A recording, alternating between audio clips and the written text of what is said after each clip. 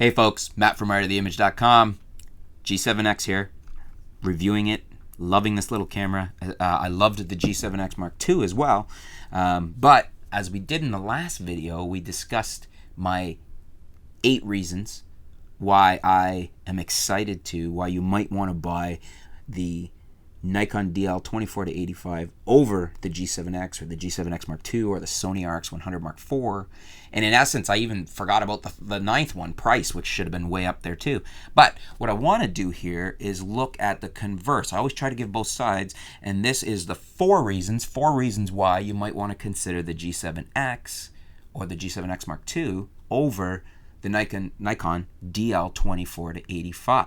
Now, the first one is it's got more of a telephoto lens. This is probably the strongest argument for these cameras, the G7X and the G7X Mark II, over the DL24-85 in the sense that you get that 120 reach with the same speed lens. They're both f1.8 to 2.8s, but you're getting a 120 reach, so longer reach, and that is an advantage. You can't really dispute that. It's going to be an advantage versus the 85 on the 24-85.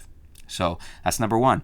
Number 2, shoots 24p video. A lot of people like that, the cinematic effect. A lot of people use it. I used to shoot 24 a lot. I tend to shoot in 30 now, and then I use a multiple of 30 for my shutter speed. So either 30, usually it is 30 for 1/30th of a second for video, or 60 or whatnot. But it is nice to have that 24p feature. So that's number 2, which apparently from what we've seen from Nikon, the DL24-85 doesn't have. The third one is the anti-aliasing feature, or filter, I should say.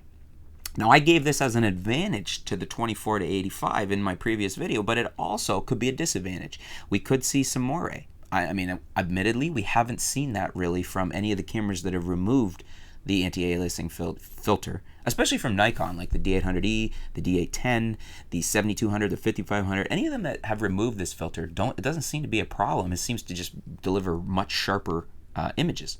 So, but conversely, it could cause moire. So that could be number 3, and I'm going to throw it in there to be fair because we haven't seen the 24-85 yet, so we don't know.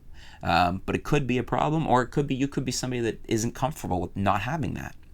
The 4th one is the ability to have the bulb shutter. So that gives us, you can leave the shutter open manually for a much longer exposure. So that's an advantage on these cameras, on the G7X, the G7X Mark II, that from what we're seeing in the specs so far from Nikon, you don't have that. I imagine they could tweak that in a firmware update later, but from what I'm seeing in the specs, that's not something the DL24-85 can do.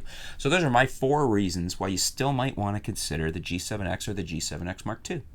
What do you guys think? Do you agree with my reasons? Is there something I've left out? Is there, is one of these so weak for you that it shouldn't be a reason? Leave your comments below. Let me know what you guys think. Thanks for tuning in. Stay tuned. As I said, I've got the Nikon DL24-85 on pre-order. I can't wait to get it. They're saying October. Hopefully it's not delayed any longer. Regardless, when I get it, I'm going to be really excited to test it and shoot it. I didn't ask for that for a review unit. I just went out and bought it because I want to be one of the first people to get it. That's why I've pre-ordered it. I'm hoping I get it pretty much before anybody else almost, because I'm just so excited to try it out. Thanks for tuning in, folks. Stay tuned. We'll be back soon here at artoftheimage.com.